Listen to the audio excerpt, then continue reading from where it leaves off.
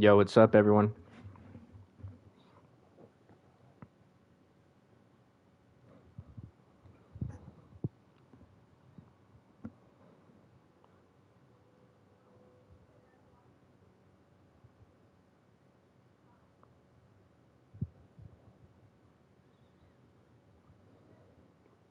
Yo, what's up? What's up? What's up?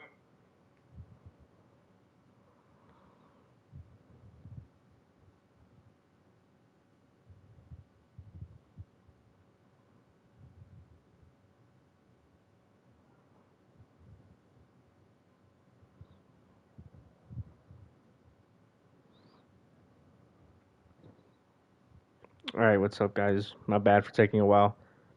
I see the vibes are good, man. What's up? Happy New Year, everyone. Haven't seen you guys in a while.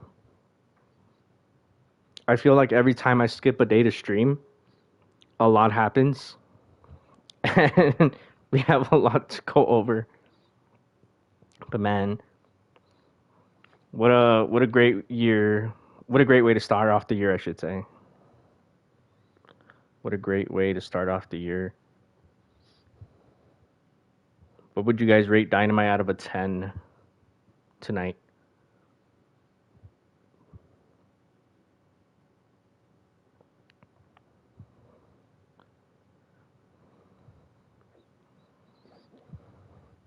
Frito's cat, Booker Tranq.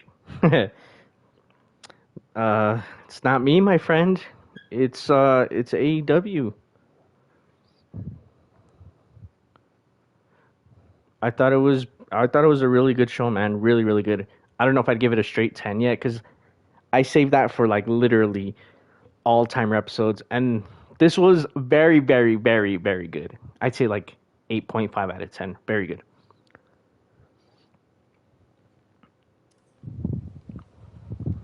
But yeah, man. What a crazy, crazy start to the year. So, I'm assuming y'all saw World's End. We don't really gotta talk about World's End. Let's talk about Dynamite.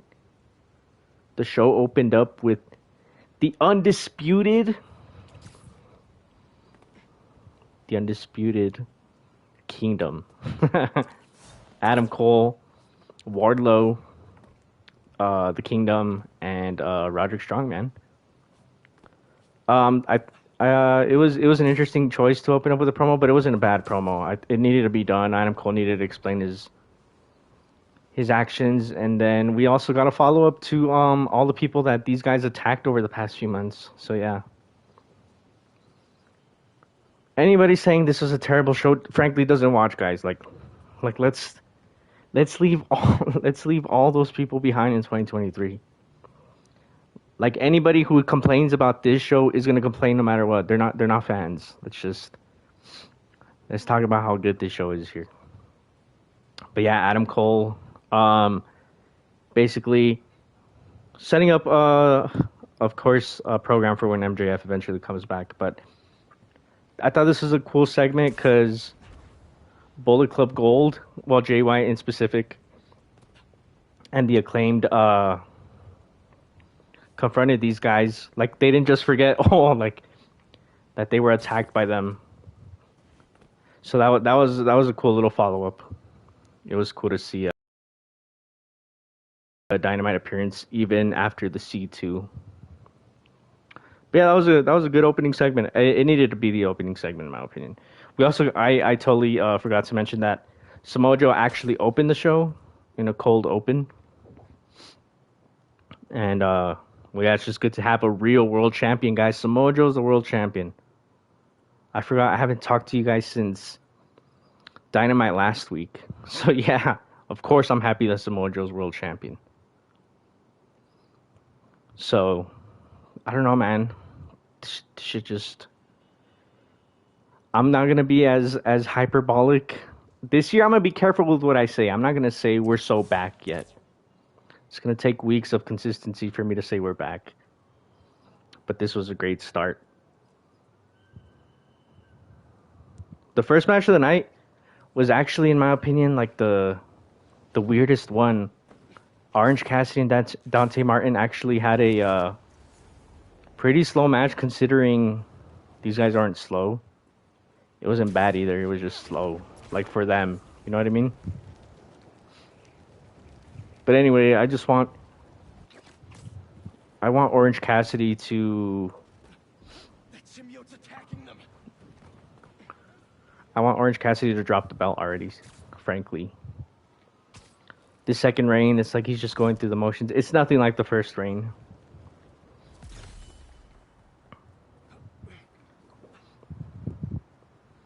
And then, so Orange Cassidy retained. Of course, we all expected that. But then the post match, we got Private Party returning. Mark Quinn is finally back after how long?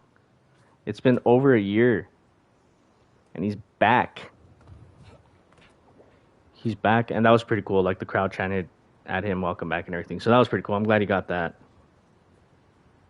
And then, I didn't miss anything in that segment, did I? No. We get what was next? Was Mariah May's match really next? Was that second match of the show? Mariah May in her in-ring debut against Queen Aminata. Dude, this match was sick. It wasn't even that long, but it gave me so much like hope for the women's division in 2024. And we'll get more on that. But in my opinion, I mean, we all knew more or less. Well, if you guys followed Mariah May before AEW, that she's actually really really good in the ring. Like, duh, she was at Stardom. But where was I, man? I always lose my train of thought. But yeah, everybody knew Mariah May is good. But yeah, Queen Aminata is also like really really underrated for just being like a person who started on AEW Dark. And in my opinion, they should sign her full time and invest in her. Cause she's really good in the ring, man. But yeah, dude, this was this frankly, with Mariah May being signed and well, okay, first of all, Mariah May won the match, obviously. We all knew she was gonna win her debut match. Great showing, great match. And the bar has been raised, guys, for the women's division. Like with the addition of Mariah May and now post match Deonna Purrazzo, former Impact Women's World Champion, made her debut and confronted Mariah May, and they actually had live mic time. I can't remember the last time the women had live mic time in the ring. When was the last time? Does anybody know? Does anybody know when the last time the women had live mic time? Because that's, I don't know, it just felt like, and the fact that, the promos were good. I like what Mariah May said. I like what Deonna said. It just, it was a good little back and forth.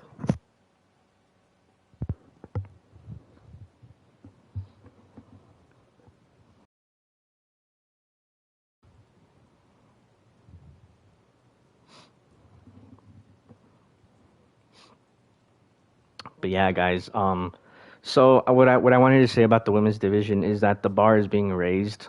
Like, frankly, if you're someone like Soraya, like,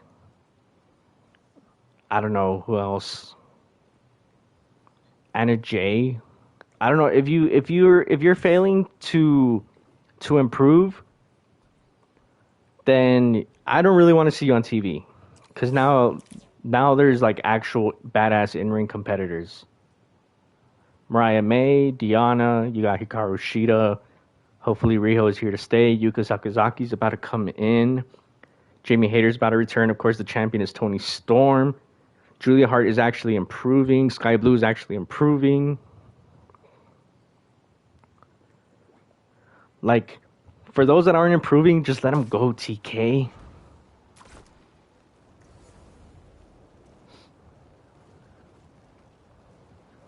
Thunder Rosa is back. Yes, you see, I'm forgetting a lot of names. So the level is being raised. I forgot Chris Statlander too. Serena Deeb is coming back. It was announced at the pay per view. There are so many good in-ring competitors now, and also there's no more excuses for Tony Khan, bro. I'm really gonna hold him to it this year. A lot of people were saying, "Oh, how come you don't talk about the women's division?" Because it just felt like no matter what I said, he wasn't gonna improve. So that brings me to since I've been since the last time we talked, guys, the big one, the big news. Mercedes Moné talks with WWE broke down for her return, and apparently now she's AEW bound. I'm gonna put the controller down and talk about this. This is fucking huge if they actually signed her. Huge. Huge. I don't care what anyone says. I don't care what anyone in the chat says. I don't care what anyone on social media says. Mercedes is legit one of the best wrestlers one of the best women's wrestlers that America has ever produced, and she's a star, and she brings like she's a draw, dude. So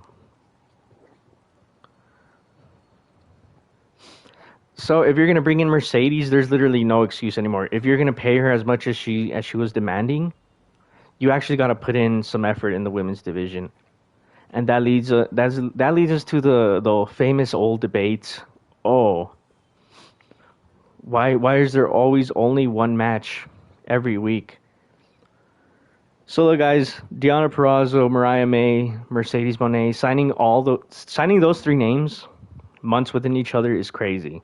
That's almost like signing Punk, Cole, and Bryan for the women's division.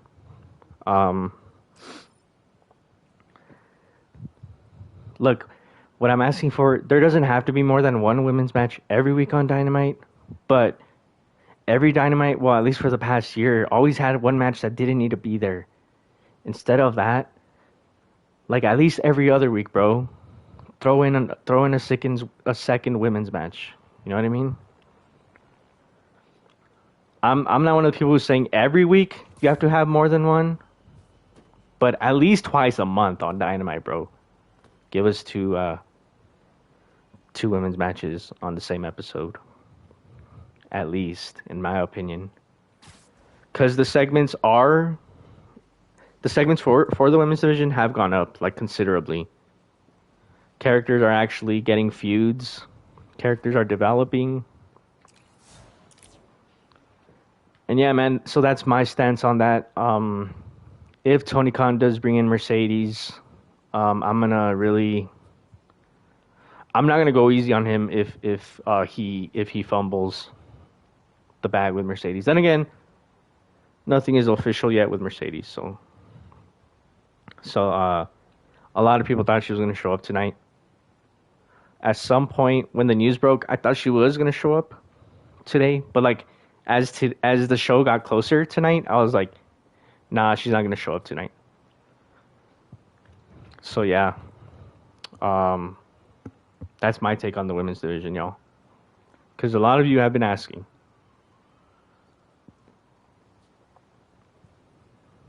But yeah, that's a huge get if they sign Mercedes. Anyway, let's get through the show, and then we can keep talking about this. So yeah, Deonna is all elite. That's a great signing. Great signing. And can we all stop pretending that Impact has the money to sign top free agents or to keep their signings? Christian Cage, State of the Union. This was a funny heel promo as all of Christian stuff tends to be. I'm not going to go into detail too much. Well, no, not at all. Konosuke Takeshita versus Darby Allin, guys. Takeshita versus Darby Allin. What can I even say about this match? Okay, I thought up actually as I was watching this. I told myself this is what I'm gonna tell the stream, and this is what I'm gonna tell you guys. Takeshita versus Darby Allin is one of the most brutal matches I've ever seen that didn't have any blood. Like this shit was brutal.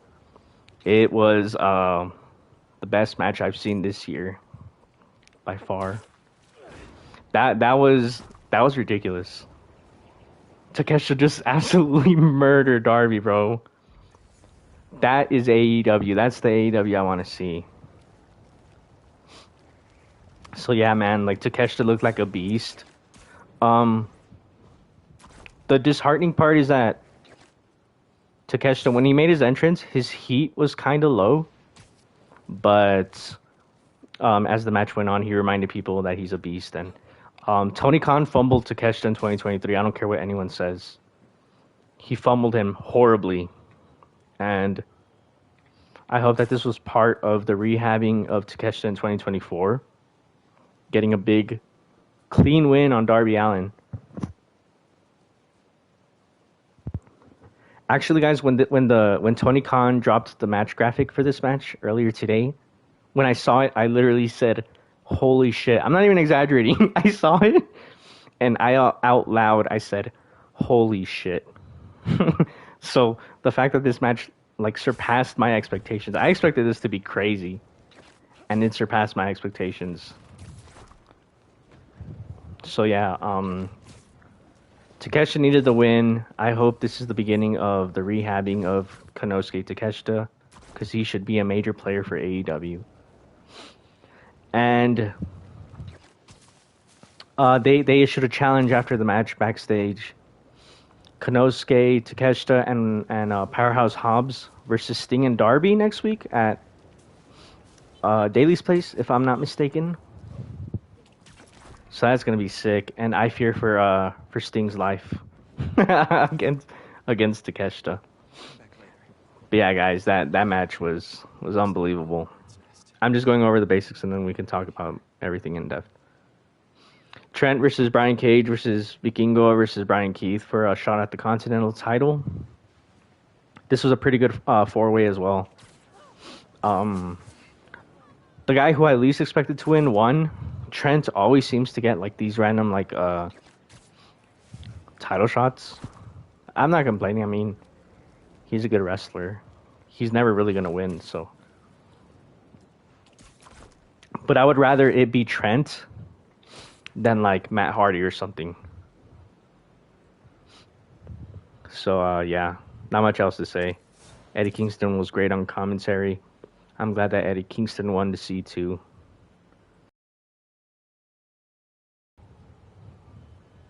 And then we got the main event, Swerve Strickland versus Daniel Garcia. They were hyping this up pretty big, like throughout the whole episode, and I knew it was gonna be good. They made Daniel Garcia look like a beast.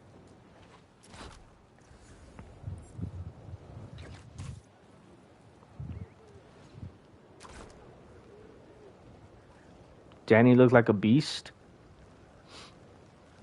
But Swerve is just, he Swerve, bro.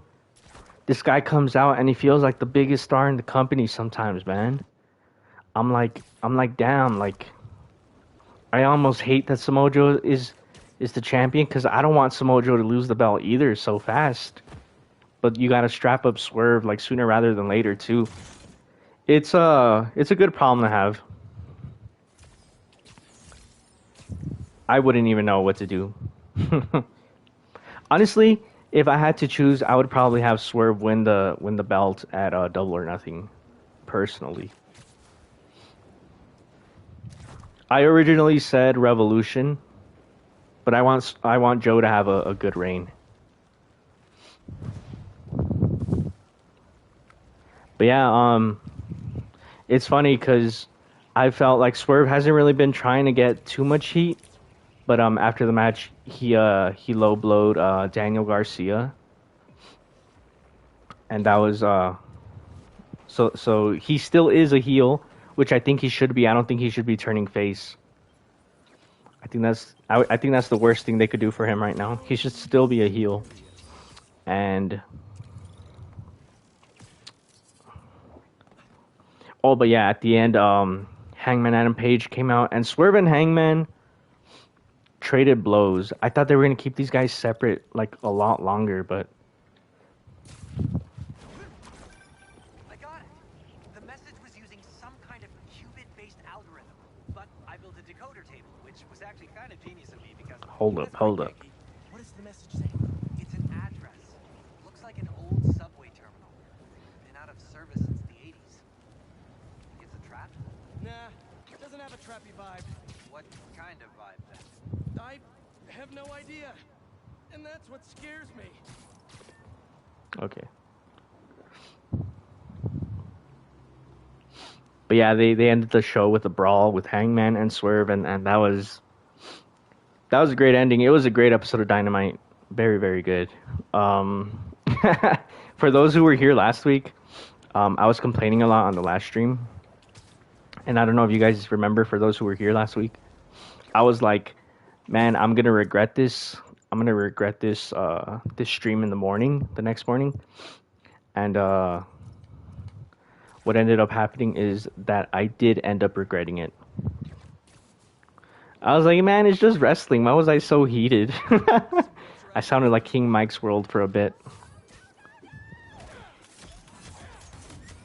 That's right. Focus on the big loud Spider-Man. Am I watching Wrestle Kingdom tonight? I'm gonna try. I'm gonna try to get some sleep, and then I might wake up. I don't think I'm gonna watch the whole show, but I will. I want to see Okada versus Danielson for sure.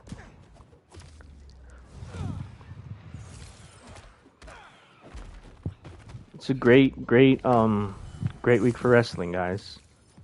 That's all of them. I'm so tired. Riho just debuted new gear at the TJPW show. That is sick. I hope Riho comes in full time. I know she's just there for the January 4th show. But yeah, guys, look, Tony Khan would make my life a whole lot easier and a lot more fun if every episode was like tonight's. If he booked Dynamite like he did tonight every week, I'd be like I was in 2021. I'd be having so much fun covering the product. So yeah, I'm looking forward to 2024. I really do hope he learned from his mistakes. I don't expect everything to be perfect all the time because everything can't be perfect all the time. That's unrealistic. But there's no reason why we can't be getting 8 out of 10 shows every single week. You know what I mean? Like, it looks like they're really rebuilding the women's division. It looks like they're rebuilding the tag division. Is anybody watching Sean Ross Sapp's stream? I know one of you guys is. Is he? Because he still said, as of like 1 hour before Dynamite, he said Mercedes was still gonna get signed by AEW, but he just didn't feel like she was gonna show up tonight.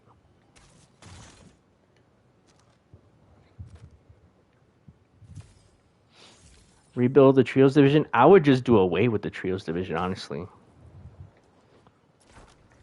For now, I would say, look, 2024, we're gonna rebuild the tag and the women's.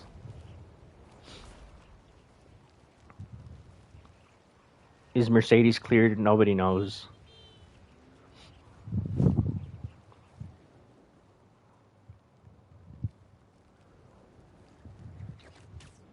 You know what's the funniest thing Tony Khan can do? Is if he waits to bring Mercedes in until the Dynamite after the Royal Rumble, so he gives WWE fans some false hope that she'll be there. And then he just brings her in the Dynamite after the Royal Rumble. I don't know. There's too much smoke to the fire this time, guys.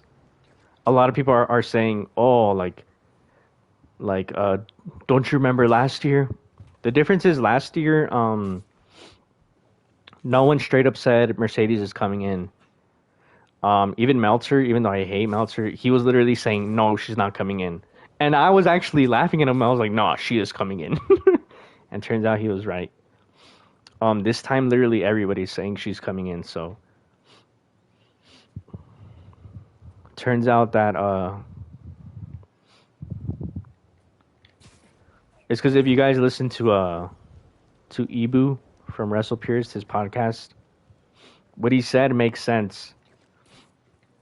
She didn't want to commit to any other company for all of 2023 because she thought that WWE was going to pay her big money like this year to start the new year, right? When WWE decided not to do that, she's like, oh, okay. Well, then I'm just going to go to the AEW then, like if you really don't want to pay me. Apparently that's what happened.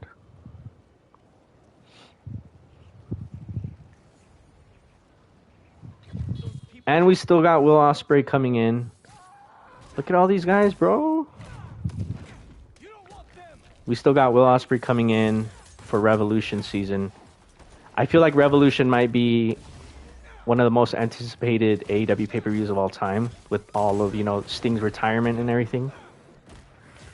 Will Ospreay's first match as a signed talent. And then possibly Mercedes' first match as with AEW. Possibly, I say, because we still don't know.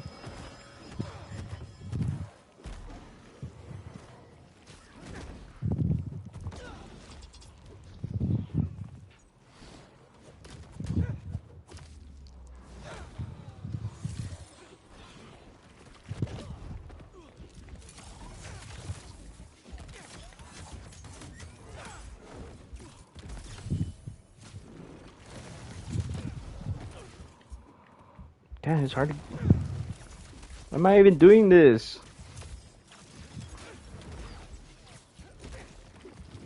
I'm done. Yeah, Andrade is going back to WWE. That's okay. Honestly, I'm not even gonna slander him or anything. Like, frankly, I don't think AEW needs him. They could have done more with him, don't get me wrong. They could have. But they don't need him. It's not like when Punk or Cody left. Those were huge. That was a huge deal. Andrade leaving isn't like a huge blow just because he wasn't featured all that much. But no, man, I actually wish Andrade the best. Like, I know some people want me to slander him. No, he had a nice message for about AEW on social media. I don't know if you guys saw that. Like, so yeah, I honestly wish at this point. I mean, I'm a fan of his, but at this point, I would say just let Malachi Black go, bro.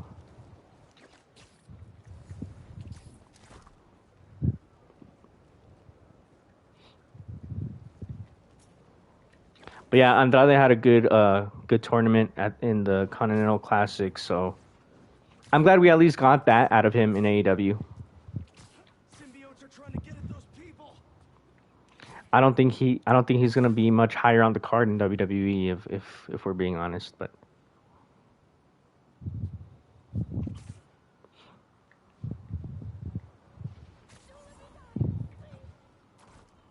nah, let Buddy go too.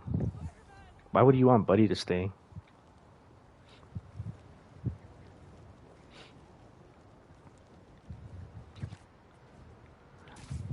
Everybody's wondering why Malachi isn't having singles matches. One, he's still, even though he's not admitting it, he's still hurt. Not as bad as he used to be, but he still has, it's not his back anymore, it's other injuries. And two, because he tried to get out of his contract, bro, when Triple H got in charge. I would honestly do the same thing if I was Tony Khan. Well, if I was Tony Khan, I'd probably release him.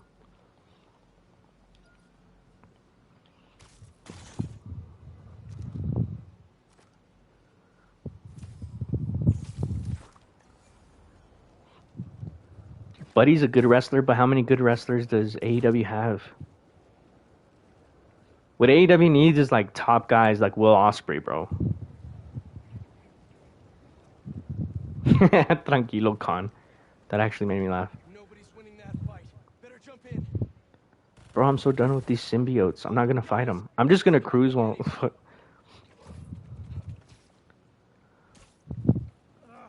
had time to help, but I'm needed somewhere else. AEW has more than enough like good wrestlers who can just be in the mid card. What AEW needs is top guys like Jay White, Will Ospreay. Who else? Kevin says AEW needs QT, probably.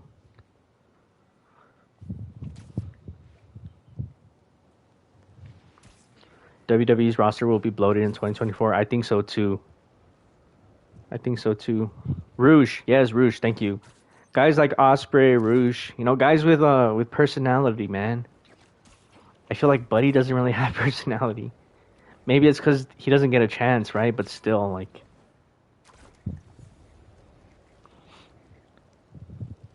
even a guy like Adam Cole, bro, like he left on his own merit. That's the difference between a lot of these NXT Black and Gold guys. Triple H gave everything to Adam Cole, and Adam Cole was still like, nah, I'm leaving.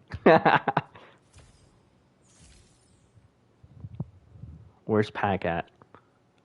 I think he's still hurt, isn't he? I don't know at this point, man. They released the Perfect 10, good. I'm not here to be nice. I'm not here to sugarcoat anything good. He wasn't needed. He was needed in 2019 to fill out the roster, but now... He wasn't even released, by the way. His contract expired.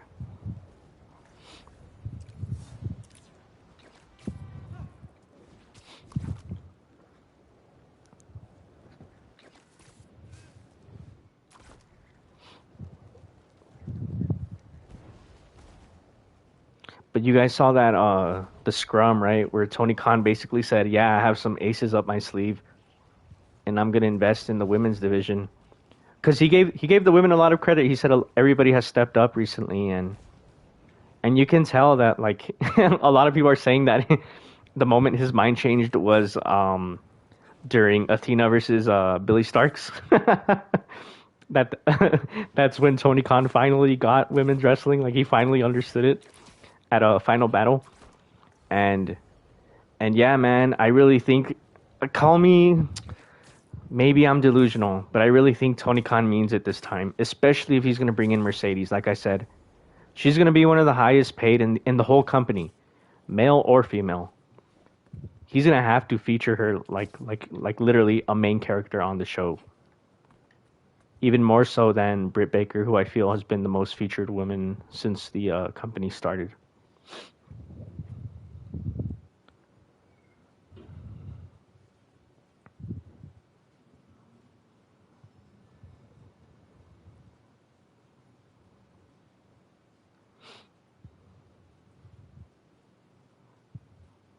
Jamie Hayter, and then yeah, you got Jamie Hayter returning this year. I agree that they should sign Queen Aminata.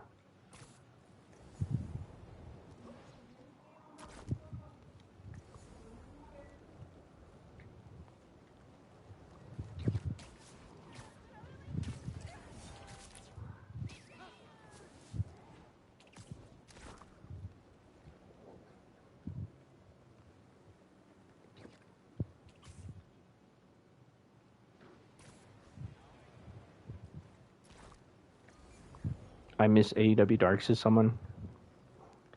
I get it served its purpose, but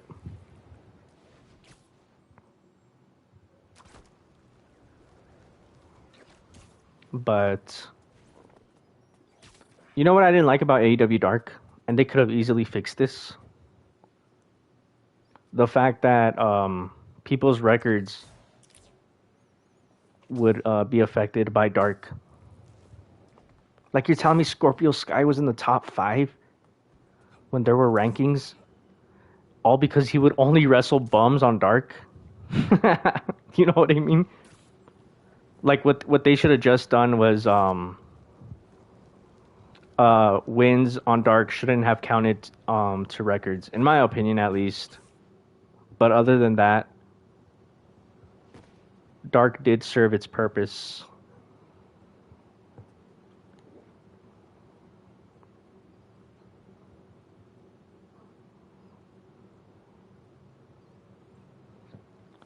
Bro, I'm done with Miro. Get him out of here too.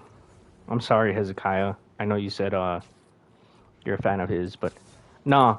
I at least like Malachi. Miro, nah, I'm done with him, bro. Like, get him out of here, please. Please get him out of here.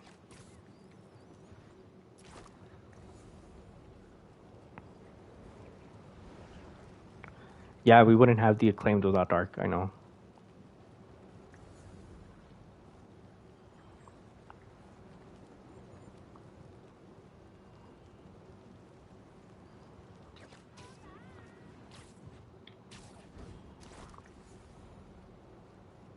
So what do you guys are you guys really buying that Mercedes is coming in this time for real?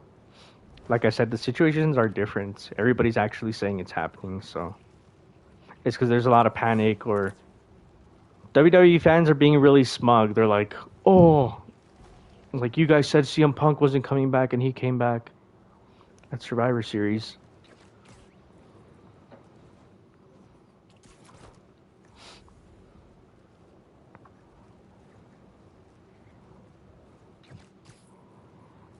Damn, there's way more no's than yeses. That's surprising.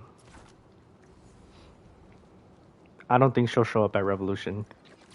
I think they'll have her debut before that.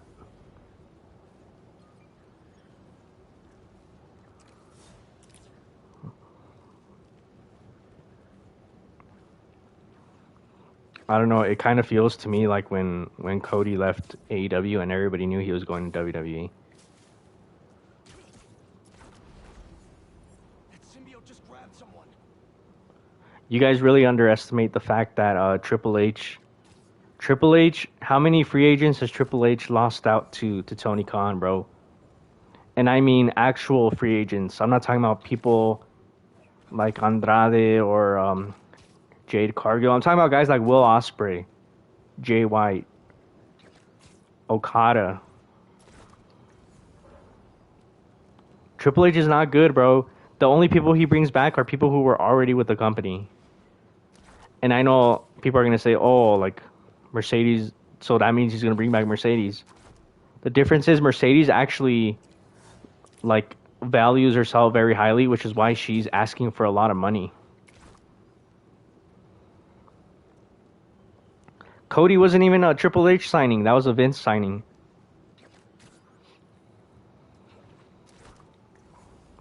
So yeah, like when people give Triple H credit for Cody, it was Vince, bro.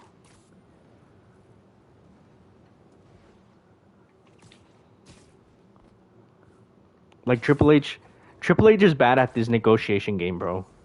Like when it's straight up 1v1, him versus Tony Khan trying to sign someone, Tony Khan has come out on top.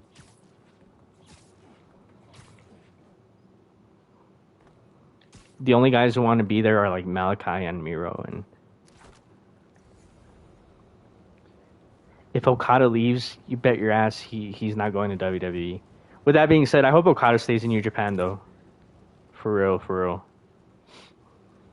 Triple H brought back Punk because Punk had nowhere else to go, bro. He didn't bring back Punk out of a bidding war or anything. Punk got fired. Even that doesn't count.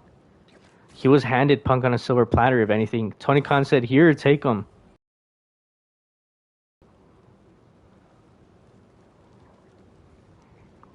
Like, legit, I guess the only one I'll give you is maybe Jade Cargill. Because Tony actually wanted to keep her. And apparently he like one-upped WWE's offer. But Jay just wanted to go to WWE.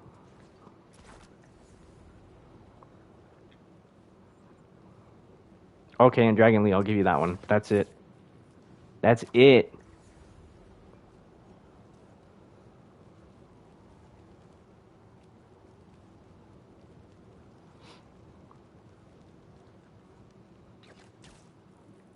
They've fumbled Jade pretty nasty, I'm not gonna lie.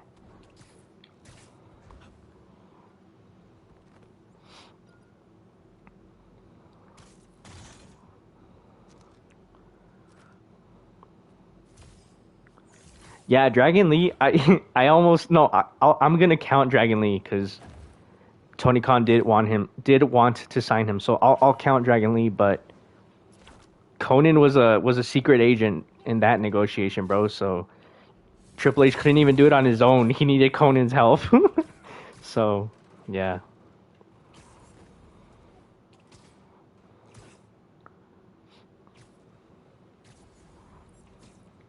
Ah, wish I had time to help, but I'm needed somewhere else.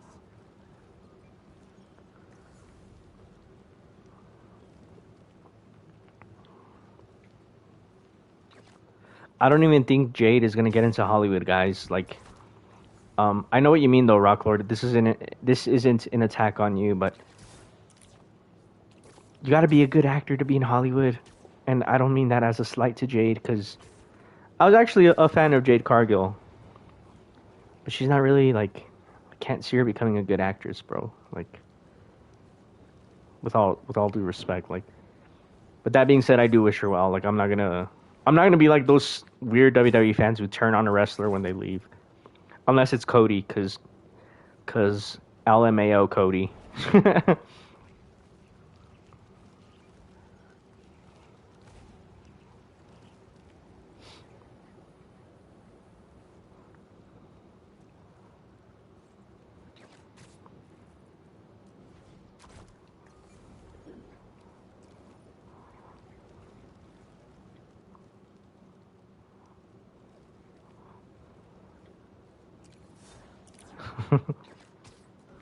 Respect Cody. He made AEW. No, he didn't. He didn't make AEW.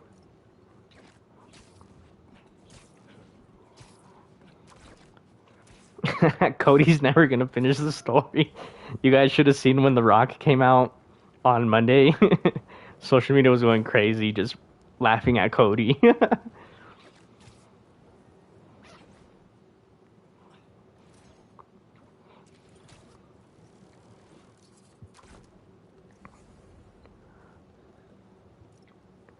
Yeah, Cody's literally 2011 CM Punk. Isn't that shit so funny? The only difference, though, you know what's the difference?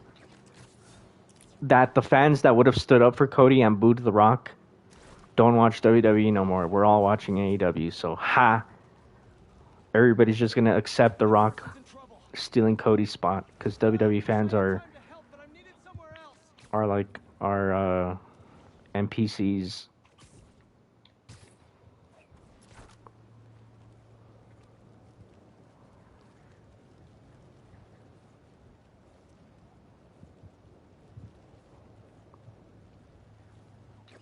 Yeah, guys. I don't know. It was a good week for wrestling, in my opinion. It would have only been made better had Mercedes debuted, so we could have laughed at all the meltdowns. But I guess that one will have to wait a few more weeks.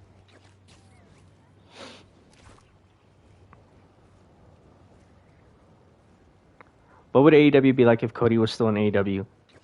I fear for that had he not turned heel, like straight up actual heel, I fear that people would still hate him and stuff, but all he had to do was actually turn heel.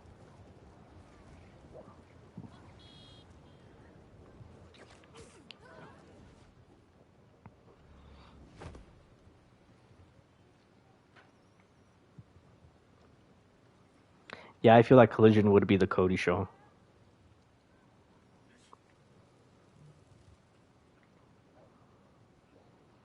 Basically.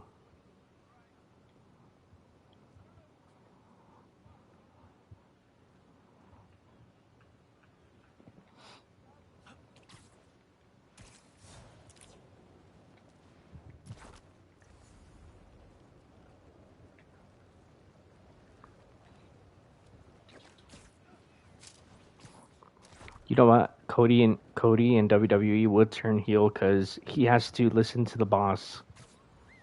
In AEW, he got to decide what he did.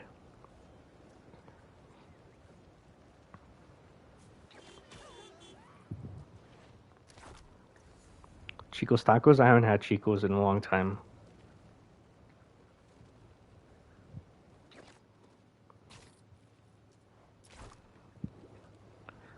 Do I see Kevin Steen going to AEW? Nah, I don't think so. I feel like he's pretty loyal to WWE, especially after how he was rewarded after re-signing with that match against Steve Austin.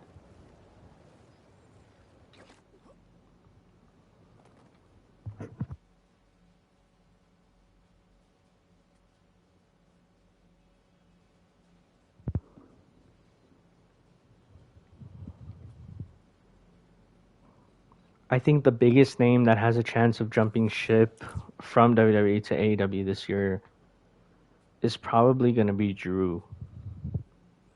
But even that, I don't know if he will. No one knows what he's going to do.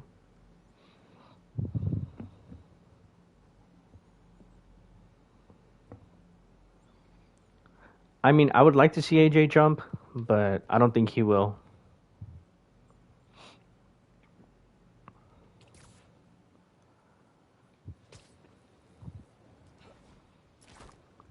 Nah, not Finn Balor. I would not sign Finn Balor in 2024. I'm sorry, y'all. I would sign AJ, though, even though he's older.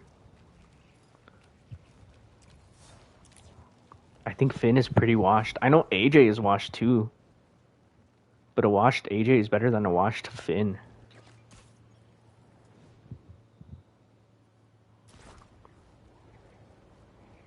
I would welcome Sheamus to AEW. I think that'd be pretty cool. Yo, get Triple H out of here, bro.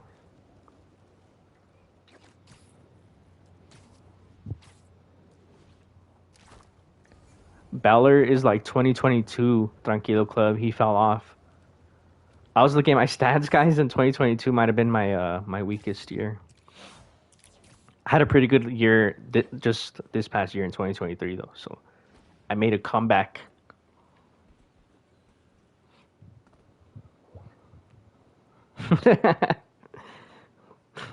Tranquilo Club DM'd me saying that he secretly misses QT Marshall.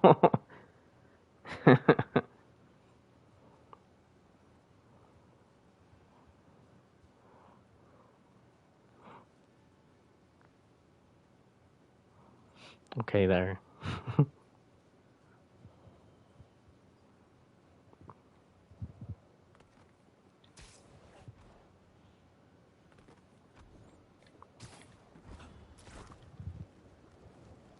2022 might be AEW's 95. What year was weaker, guys, for AEW? 22 or 23?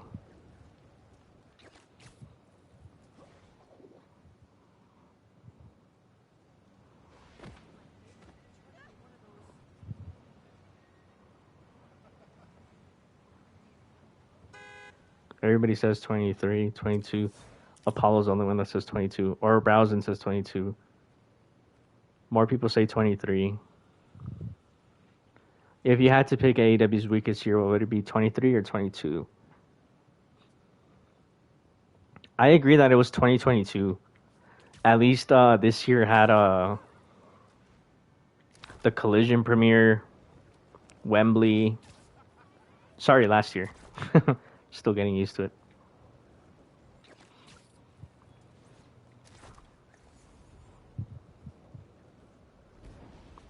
It was 2020. Wait, what did I say? No, I think it was 22.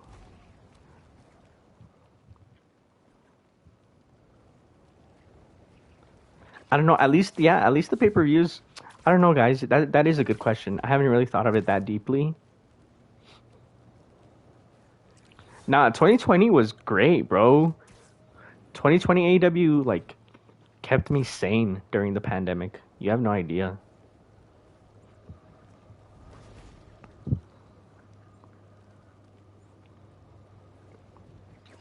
Now you know what? I knew 2022 was gonna be bad when Cody left. Like I knew it was gonna be a rough year. That year literally started pretty rough. So yeah, I gotta give it to 2022, guys.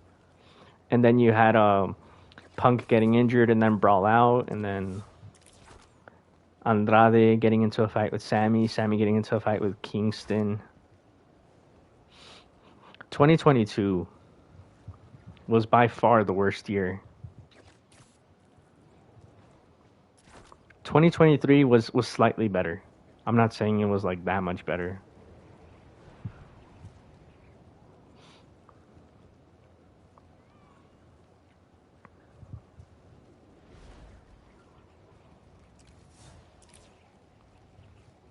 I don't know. This is the first time in a long time where I don't know when the year started last year, guys. I had a feeling that I don't know. I didn't feel too hopeful for AEW. I don't know why. I guess because the whole Punk thing hadn't been resolved. But now that they finally, like parted ways, and they got Osprey on the horizon, they got Swerve on the horizon, Mercedes hopefully on the horizon. I don't know. I think this year can be a really good one. It could be. Hope is a hell of a drug, especially for wrestling. Wrestling is so unpredictable. But like I said, I'm gonna be really careful with what I say this year, like, because I feel like everything. I feel like I have the most cursed touch when it comes to wrestling, guys. Everything I say, the opposite happens. So, like, had Mercedes signed in 2021, I would have called it game changing. I'm not gonna call it that this year if she comes in. I'm just gonna be like, it has the potential to be game changing, but it all depends.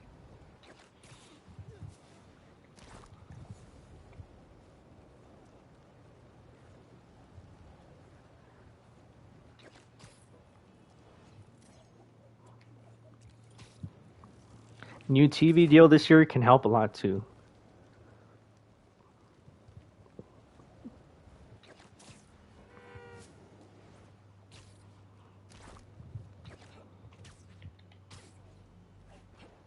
I also think they should just do away with the trios titles, honestly.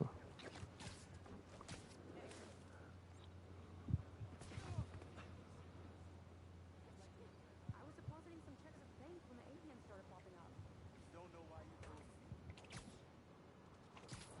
me. I also have hope for this year, guys. I really do.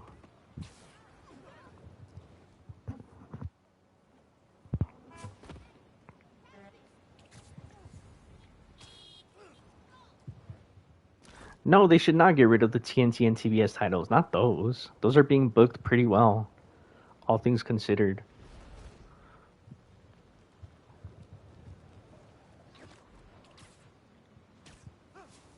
The trios titles are the ones that like just really like are just there.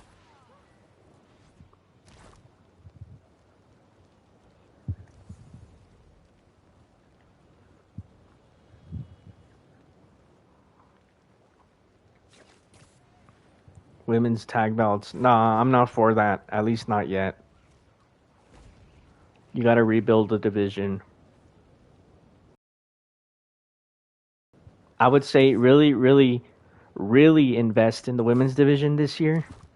And I mean like really do it. No half-assing. And next year do a women's Continental Classic, like in the summer. That's what I would do. Not this year, but next year. Do the C2 for the women if you invest in them highly this year.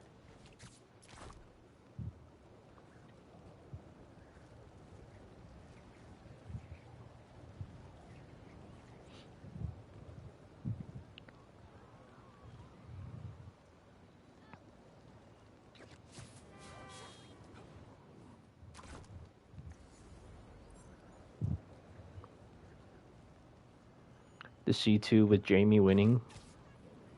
There's a lot of candidates to win. Jamie's a great choice, though.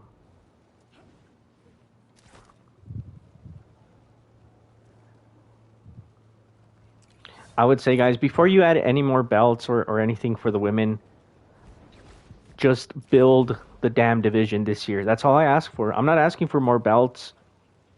I'm not asking for the women's C2 yet. Just focus on the division, build it up well, and then next year, that's the time to do all of that. in my opinion.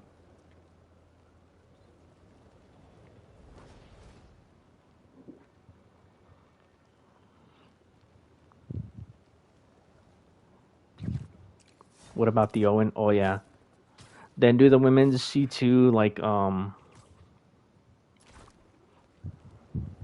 right before, like in the spring, between Revolution and Double or Nothing.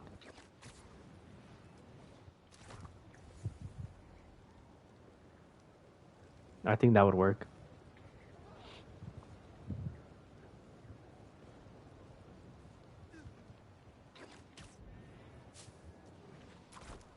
$23 pay-per-view and 22 TV, says Rocklord, for earlier. Yeah, I agree.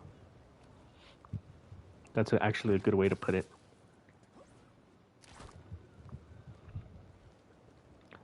I think a lot of people underrate just how good of a signing Deonna Purrazzo is.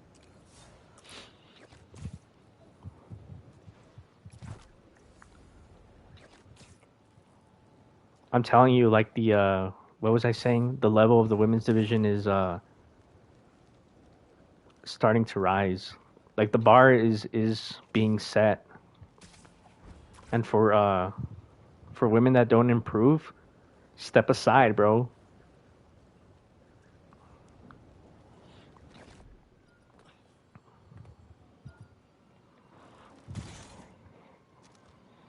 Steven, I agree. It's no surprise that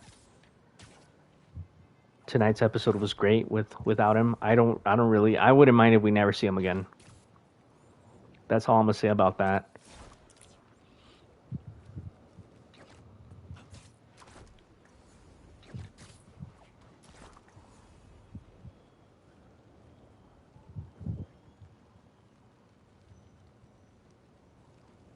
Thoughts on TNA? I'm rooting for them, man. I'm rooting for them this year. I'm rooting for them, and I hope they do well. It's great to have a third option. I mean, look at Deonna. You know, she was released by WWE. She went to TNA and like rehabbed her whole career, and now she proved how good she was, and now she's in AEW.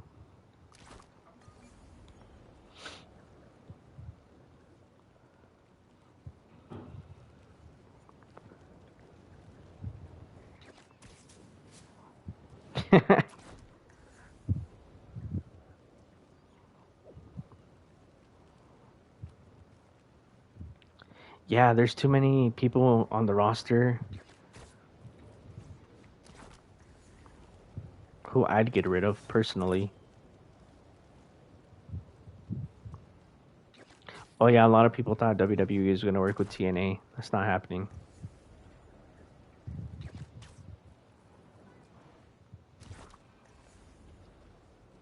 I'm glad that at least Adam Cole is like on TV, even though he's still injured.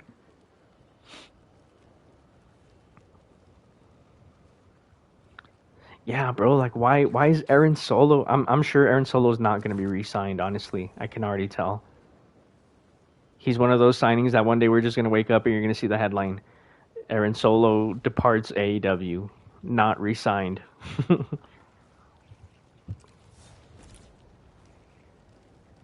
Nothing against that guy, but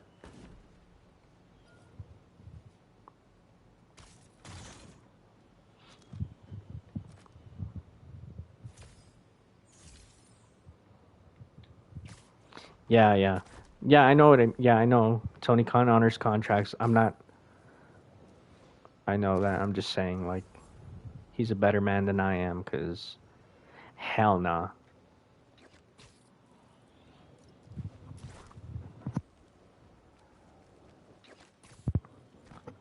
What happened to Caesar Bononi? Dude, who is that? I don't even know who that is. Is that an AEW wrestler?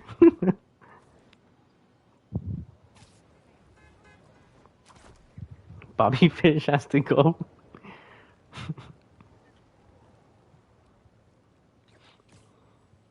Dennis says, good morning. Good night, my friend. Just kidding. I'm probably on the other side of the world compared to you.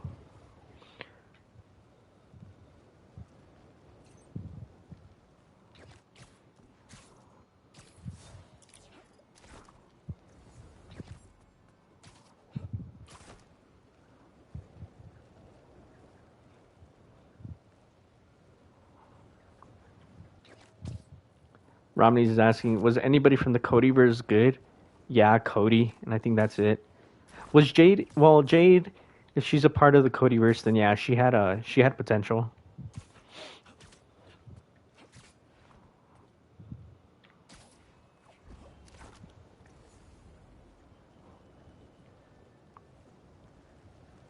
Thank you, Dennis. Appreciate it. Jade and Velvet, true. Technically, Hook. Damn, a lot of people are from the Codyverse.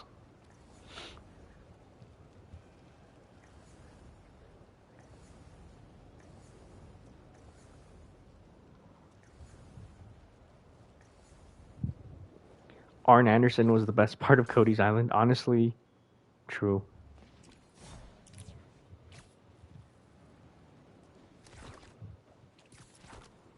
Darby was a Cody guy, but he wasn't a part of the Cody, what I would consider the Codyverse. He feuded with Cody before the Codyverse, actually, and so did MJF.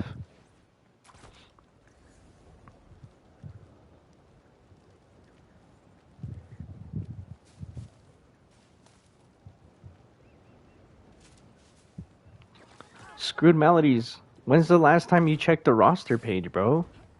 Bobby Fish and Arn Anderson's son are not with AEW, bro. I don't know. I don't know if you're I don't know if you're being sarcastic either. If you are, my bad.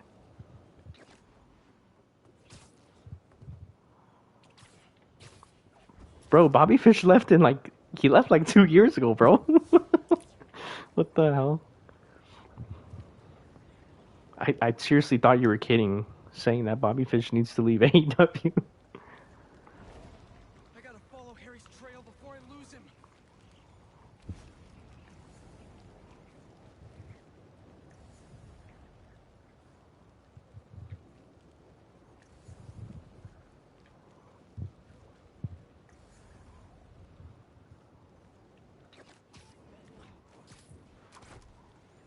Oh yeah, I remember that report when Bobby Fish told Adam Cole to get out of his contract in AEW so they could go back to the Fed. That was funny.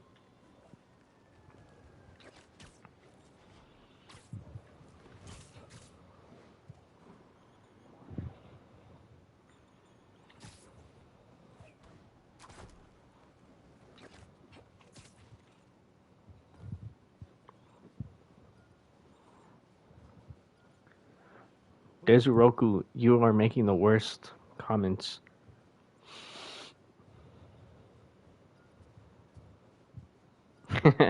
Bobby Fish is dumb.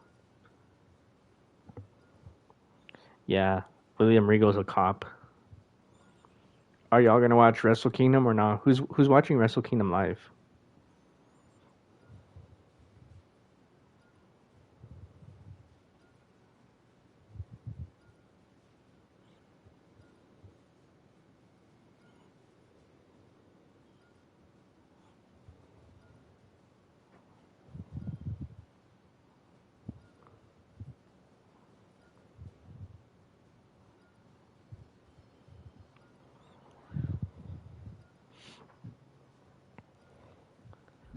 I'll probably watch after the fact. I know I said I was probably gonna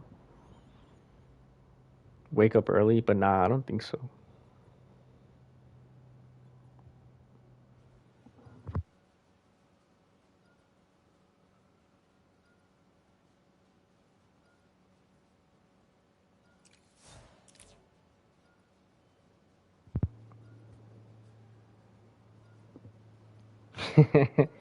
I'm too cheap and the free live streams suck. True. I know that struggle, my friend.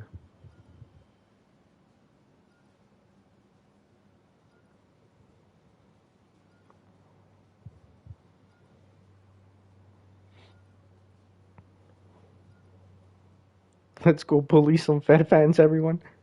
We're at.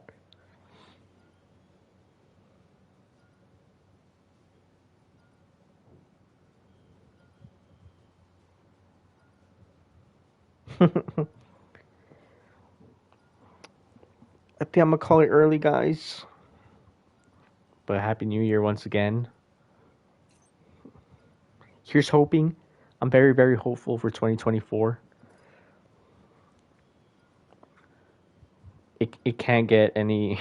Well, no, I'm not gonna curse it. It can get worse. It can. It absolutely can, but I hope it doesn't. I'm gonna be very cautious, like I said, with what I say. So tonight was a good start. I just hope we get consistency. That's all.